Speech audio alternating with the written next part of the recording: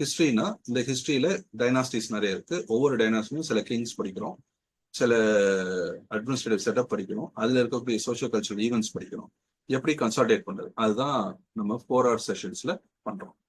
ரெண்டாவது strategic sessions. இதுல வந்து என்ன பண்றோம் அப்படின்னா, ஒரு என்னதான் நம்ம படிச்சிருந்தாலும் நம்மளுக்கு வந்து ஒரு ஸ்கில் செட் அப்படின்றது தேவைப்படுது. ரைட்? என்ன ஸ்கில்ஸ் தேவைப்படுது?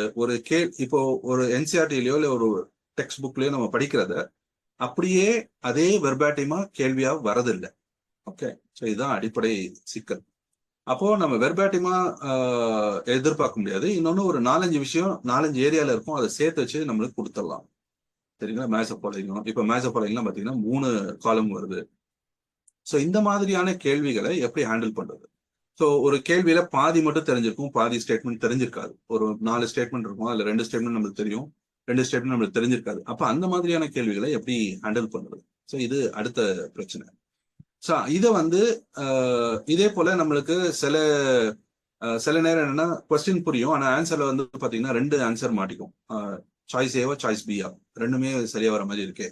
இந்த மாதிரியான சிக்கல்கள் இருக்கும். அப்ப அதுக்கு ஆன ஸ்ட்ராட்டஜிஸ் எப்படி டெவலப் பண்றது, டெக்னிக்ஸ் என்னென்ன இருக்கு, அது எப்படி சால்வ் பண்ணணும், ஒரு கொஸ்டினை எப்படி பார்க்கணும், அதுல எந்தெந்த ஸ்டெப்ல நம்ம ஆன்சரை டிரைவ் பண்ணணும், இது எல்லாமே we call it strategy sessions. Right? அதுக்கப்புறம் வாரத்துல ஒரு நாள் மாஸ்டரி செஷன் இருக்கு. அதுல முழு கொஸ்டின் பேப்பர் உங்களுக்கு கொடுத்துருவாங்க. ஒரு சப்ஜெக்ட்னா இப்போ ஹிஸ்டரினா ஹிஸ்டரிக்கான 100 கேள்வி இருக்கும்.